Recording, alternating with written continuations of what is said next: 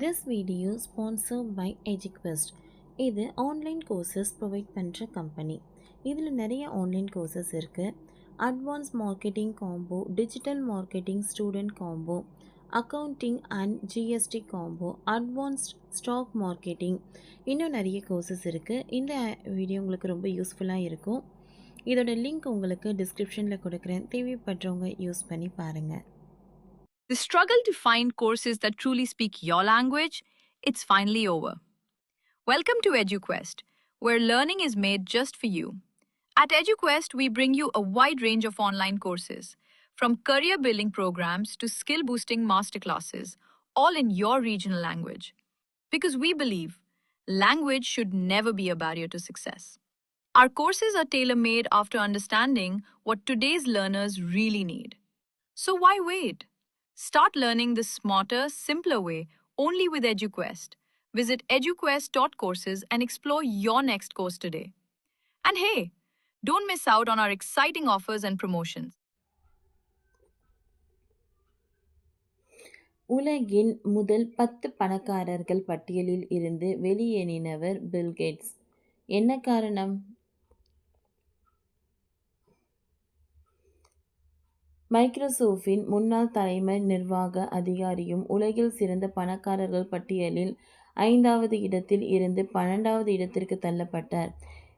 7 நாட்களில் அவர் சுமார் 52 மில்லியன் சொத்துக்களை இழந்துள்ளார். பில்கேட்ஸின் மொத்த சொத்து மதிப்பு 30% இழப்பை சந்தித்துள்ளது. பல பில்லியன் டாலர்களை நன்கொடையாக வழங்கியதால் அவரது சொத்து மதிப்பு குறைந்ததாகவும் ப்ளூம்பர்க் மில்லியனர்ஸ் குறியீடு தெரிவிக்கிறது.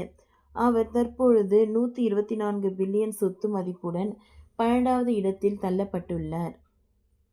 அவருக்கு பதிலாக மைக்ரோசாஃப்டின் முன்னாள் தலைமை நிர்வாகியும் பில்கேட்ஸின் நெருங்கிய தோழருமான ஸ்டீவ் பால்மர் தற்பொழுது 172 பில்லியன் சொத்து மதிப்புகளுடன் 5வது இடத்தை பிடித்துள்ளார். இந்த மாற்றத்தால் பில்கேட்ஸ் தற்போது உலகின் செல்வந்தர்கள் விட பின்னால் இருக்கிறார்கள். ஸ்டீவ் பால்மர், வாரன் பெட்டே நீண்ட நாள் நண்பர் மற்றும் பெர்க்ஷைர் ஹாத்வே நிறுவனத்தின் லேரி பேட்ச், பெர்னார்ட் ஆல்டர்ட், ஜெக்சன் ஷிவாங் நிறுவனத்தின் தலைமை நிர்வாகி ஆகியோரை விட பில்கேட்ஸ் பின்னால் உள்ளார்.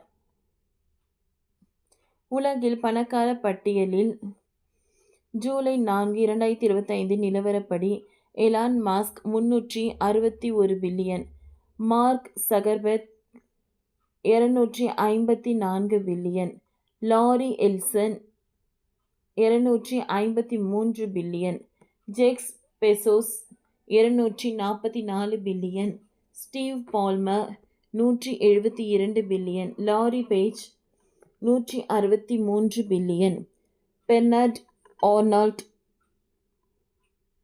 161 billion, Sergey Brin 152 billion, Warren Buffett 146 billion, Jensen Huang 139 billion, Michael Dell 138 billion, Bill Gates 124 billion.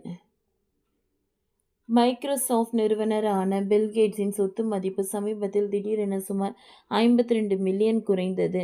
இந்த குறைவு அவரது தனிப்பட்ட தொண்டு பங்களிப்புகள் மற்றும் கேட்ஸ் ஃபவுண்டேஷனுக்கு வழங்கிய பெரும் அளவிலான நிதி உதவிகளால் ஏற்பட்டதாகும். இந்த மாற்றம் செய்யப்பட்டுள்ளது.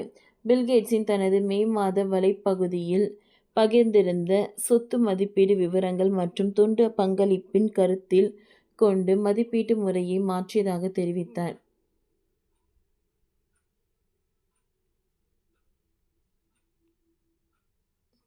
மைக்ரோசாஃப்ட் நிறுவனத்தின் முன்னாள் தலைமை நிர்வாகி ஸ்டீவ் பால்மர் தனது முன்னாள் மேலாளர் மற்றும் நிறுவனர் பில்கேட்ஸை பொருளாதார ரீதியாக தாண்டிவிட்டார். ஆரம்பத்தில் மைக்ரோசாஃப்ட் பணியாளர்கள் சம்பளமாக நிகர லாபத்தில் பங்காக பெற வேண்டியிருந்தார்.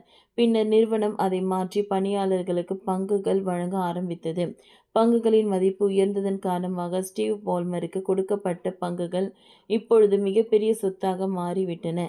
பணியாளர்களுக்கு பங்குகள் கொடுப்பது அவர்களுக்கு பெரும் நன்மையை தரக்கூடியதோடு அவர்கள் பெரிய பணக்காரர்களாக மாற உதவுகிறது.